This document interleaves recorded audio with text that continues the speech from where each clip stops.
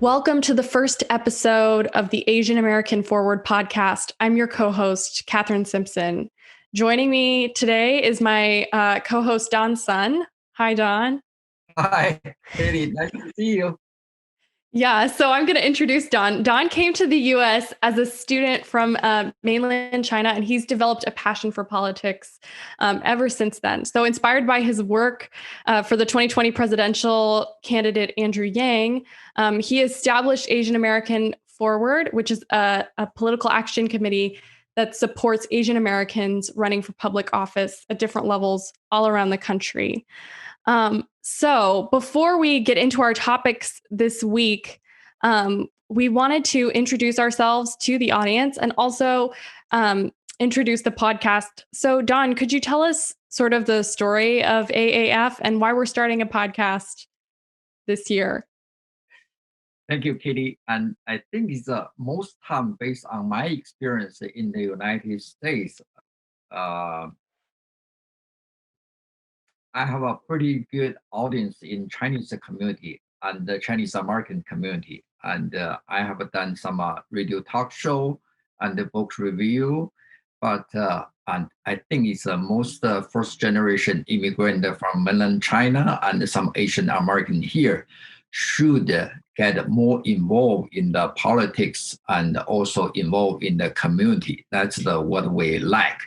And I think at this moment, this podcast, working with Katie, I think we can just not inspire the people, but at least we can exchange ideas and share some stories. And especially in my past, like 20 years in the United States, I've been working very closely with all levels of politicians and help them to campaign, fundraising, run the election, and also involve a lot of community service, some charitable works that can be shared with all our audience.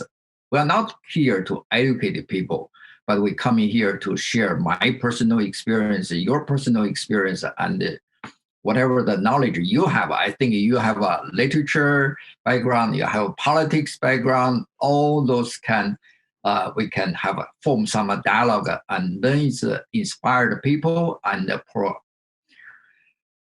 promote the community service, especially during the 2020 election, and also focus in the next 2 to 5 years. It's going to be very challenging. But I think whenever society have some chaos or it's a conflict, it's time for us to remind the people we are one of a citizen, and all this that we can go through podcast to talk.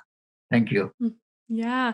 As you pointed out, 2020 has certainly been an unusual year with the pandemic and a presidential election. Could there possibly have been any more going on this year? So with that said, we're going to get right into our first topic for today. So the most recent presidential election, as you know, was there was a lot of misinformation. So that will be a segment that we'll discuss later on in the podcast. But we wanted to get started looking forward to the year ahead in 2021. Of course, Joe Biden will assume the presidency. And so we wanted to take a look at Biden's cabinet picks and how AAPI voters might be impacted by that. So as of our taping, Biden has announced his picks to lead the State Department, Homeland Security, and he's continuing to fill out his cabinet and other positions that he'll be appointing for. Don, which picks stood out to you as particularly significant or important? Honestly, I'm a little bit disappointed for the current name announced for the cabinet and also announcement for the White House staff. It looks like my impression for the transition team and the future cabinet looks like Obama term 3. So there's a lot of old people coming back. And if you want to have some solving the challenge ahead, I think it's the new blood and the new ideas should be in the cabinet. But at this moment, I didn't see any particular person or personnel has been appointed. And for the API community, and I can only share the story from my perspective and also from my experience.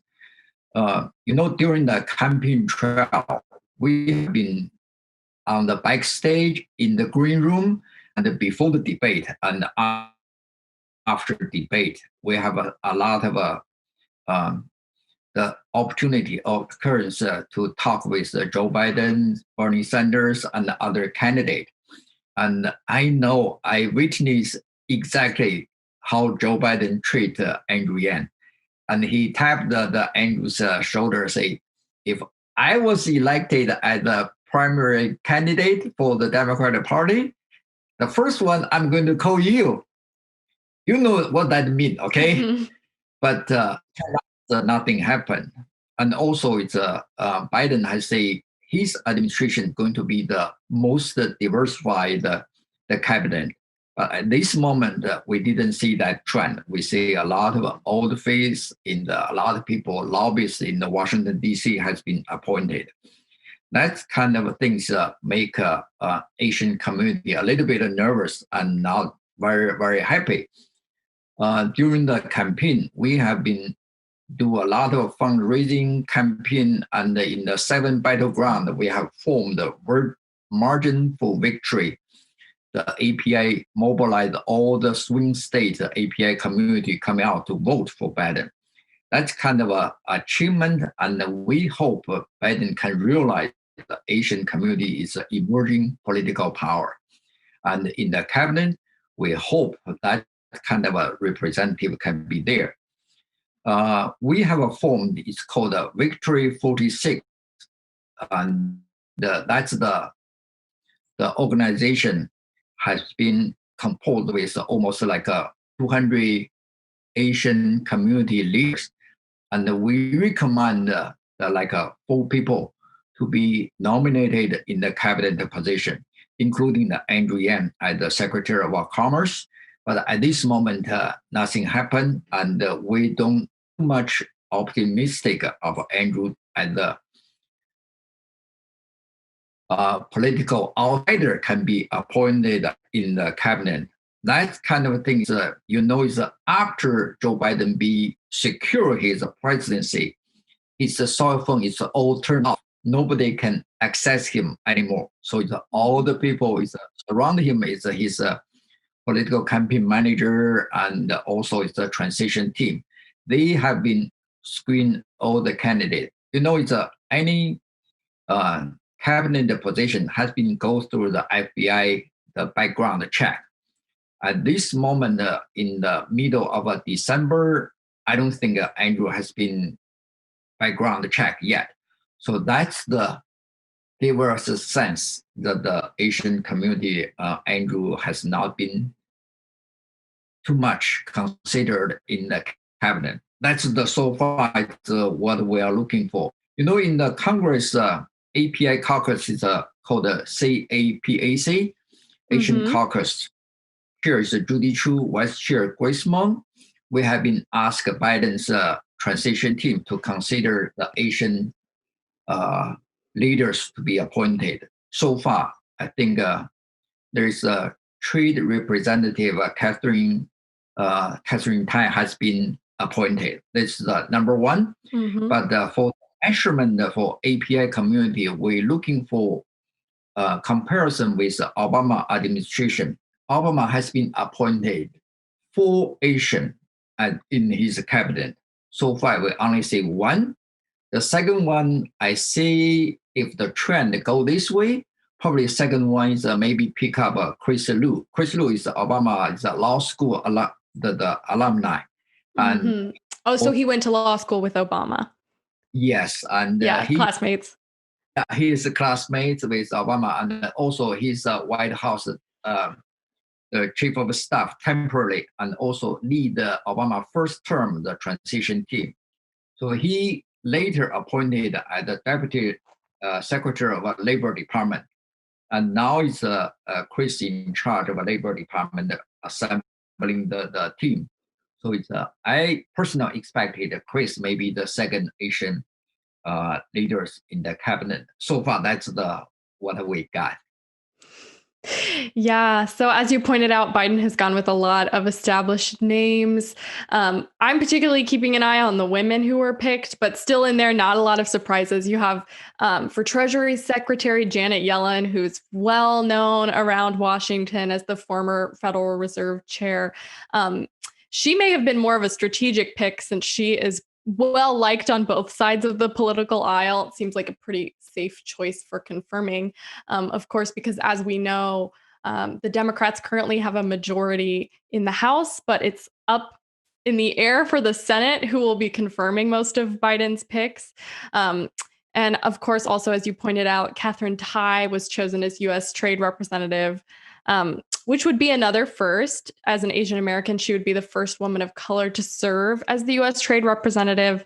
Um, and she potentially has a lot of important work to do going forward if she ends up being confirmed, with kind of trying to cope with the legacy of Trump's tariffs and trade war with China, as well as in the passage of NAFTA. So she's potentially got a really interesting 4 years ahead of her. We've sort of talked around a lot of my other questions for you. So I might just ask one that I didn't have planned, if that's okay, which is, can you still hear me? Yes, I You can can. hear. Great. Okay. Which is how is Kamala Harris feeling as a VP pick, especially with an older president who it's not something you want to speculate about the president dying in office, but there certainly is that potential that we could be seeing a President Harris in the next few years. Yeah, there's two uh, different angle to view this issue.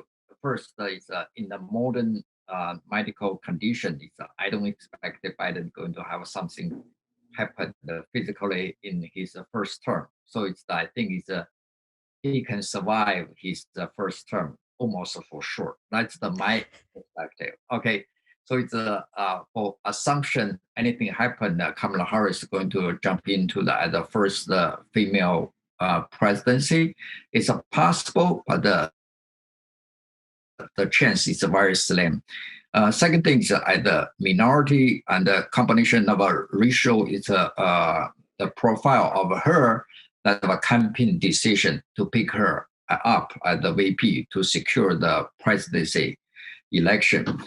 And for the capacity, I think it's any single person in the White House. It's a kind of in my mind, it's kind of a symbolize of the authority, and also is that he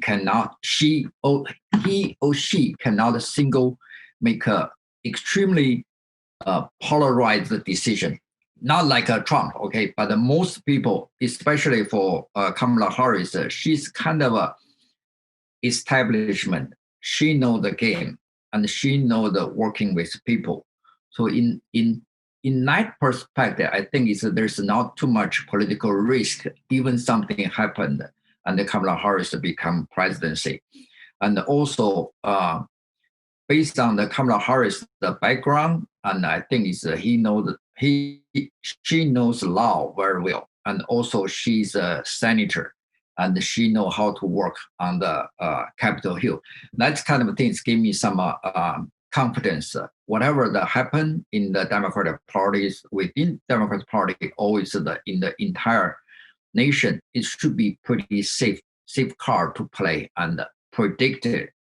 Uh, the worst thing is, I think, is I'm more worried about the economic policy. That's kind of things is I think Kamala Harris is not very strong on that part. Depend on who is going to help her on the economic decision.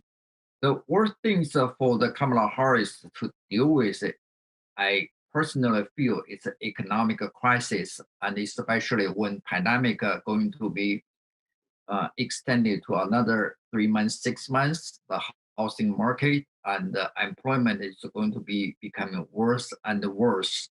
And if something happened, Kamala Harris to pick up the presidency, economically, it's going to be devastating for most American people. That's going to be the most challenge for her. I think she has a background on the law and the political system, but economically, and I think she need a lot of assistance from his people around her. Yeah, so certainly a lot that we don't know yet about how the Biden administration will pan out. But we wanted to take this opportunity also to look back on the previous election. So fake news and misinformation has been an ongoing story, taking off in particular from the 2016 presidential campaign. In 2020, more than ever, combating misinformation is so important. Because at this point, it's not just political misinformation anymore. We've also seen the negative effects of false information with the coronavirus pandemic. And it's become such an issue that the New York Times has a live feed on its website that I like to check sometimes that debunks viral misinformation. But I've been reading some really interesting reporting about what happens when misinformation occurs in hundreds of languages, targeting various first generation immigrant communities. So Terry Nguyen, a reporter for Vox, kind of pointed out that the challenge of combating fake news in Asian American communities is it's so difficult because it's hard to track and debunk, particularly because misinformation is being distributed in so many languages across so many different platforms. So Don, given your experience working with various immigrant communities, I wanted to ask if you saw any patterns in this past election cycle. First of all, it's all coming from a fake news. That term is defined or it's raised by Trump or it's exaggerated by Trump. But actually, there indeed is some fake news in reality, and we probably can credit some to the mainstream media as well. That's on the one part because we have experienced exactly what we're facing during the presidential election for Andrew Yang. And similar is Trump has attacked mainstream media, say it's a fake news.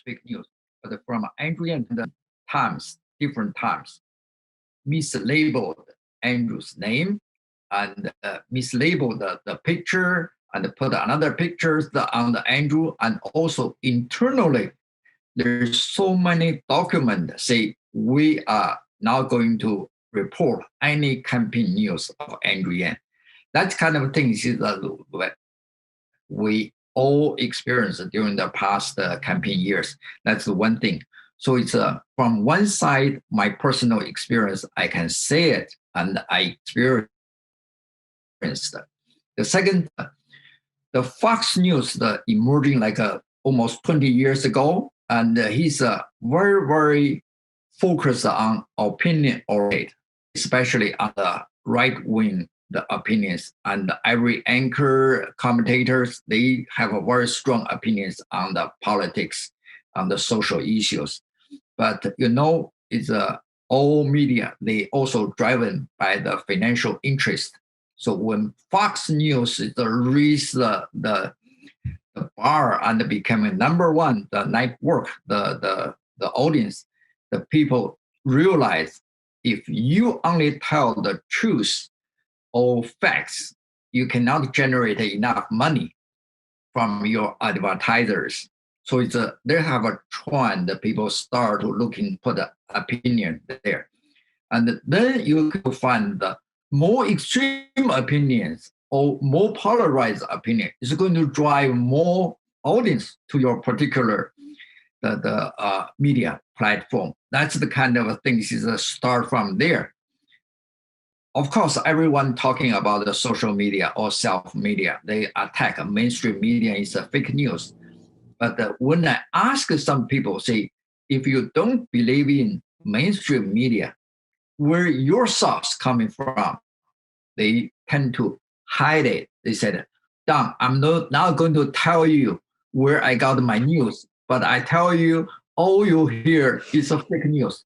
New York Times, the CNBC, NBC, whatever the mainstream, traditional mainstream, they all labeled as the fake news. But my political experience tell me most my colleague or friend, they got the news. It's totally outrageous, untrue, or impossible. But they have done some story making and spreading in the community. Especially, there's the many first generation immigrant. They rely on Chinese media, Mm-hmm. but media somehow either is still have some tie to mainland China, so they have some their bias. Sometimes they delete some news, sometimes they don't delete some news. Anything support Trump's the news or fake news, they don't delete it. Something is that they think is for Democratic Party, they can label you as socialism, your communism, and then they delete it. So it's in 1 year, 2 years, if you're the information source is all coming from one side, you become the echo of a chamber, and then you only can receive one side story. I try very hard to listen both sides. The make sure is we can hear what my opponent saying, and then it's on our side. We try to get the first-hand information. If something happened in the Supreme Court, just go to Supreme Court the website to find the truth. And also, anyone blame mainstream media as a fake news, I want to ask them, if you don't believe $1 billion a company that have 1,000 reporters and due diligence report, and there's some fake news, in fact, but overall, 19% or 80%, they report the truth. Of course, they have a lean to the liberal. Most the news media, they lean to the liberal. But this is society. If you want to make a progress, the liberal is going to lead the trend. Conservative are trying to maintain the value. They try to hold the society, don't go too fast. That's the my understanding. So it's in the next 10 to 20 years, my expectation is a new kind of a self fact check, small self media, and with some integrity people and smart people, intelligent people, they can emerge gradually from a community. And also some very talented people, they start looking for finance, where the money going to coming from, how to how to fund the community-based media. Like we have do the investigation polling and see how many people they can go to the city council's meeting, go to the school board meeting, write a report. Even you give a student $100, they can write pretty good report for one particular city council meeting or school board meeting. That one is going to be the trend. Someone going to use a nonprofit organization to fund the reporters, like the volunteers or the freelancers, to fill the vacuum most traditional media or reporters they cannot fulfill at this moment during the financial crisis or the media crisis. That's my understanding for the fake news. Yeah, well, we've had definitely the news media landscape in the United States has really evolved over the last couple of decades, with local news becoming also harder and harder to find quality local journalism and harder to fund quality local journalism. I was just seeing on Twitter the other day that Report for America, which is a nonprofit that funds local reporters, is launching like hundreds of new positions this year. So hopefully there's the motivation out there in the world to produce quality factual information, and also for readers as well. So are there any kind of particular platforms or sources that you really noticed, oh, this is like a hot spot for misinformation that voters and just general citizens should keep their eyes out for? I think it's both you and I, we got a lot of information from political from the Holiday Expedia, and from Hill, from the PBS, those kind of things, the media, I still uh, believe like a 90% they telling the truth. So that's the source. I encourage people to go there, and some fake news or some not very true or exaggerate, give extreme the self media. I think it's whenever the time passed, when you go back to turn whatever the report or story they have written, they have a report. Even they can generate temporarily a lot of audience or the group of people to follow them. I think it's in long run, truth will be stick out from the fake news. So it's the whoever have some the fact check and with a professional integrity is going to stay uh, to emerge out sooner or later. Yeah. Okay. Well, that is what I had prepared for us this week. Don, thanks so much for joining me. Okay, thank you. Thank you. It's pretty good. We just try to keep it going and ask the audience if they have any chance, just click or make a comment, and then it's that we can absorb the people the feedback and we can improve our talk. And Yeah. I'm glad to talk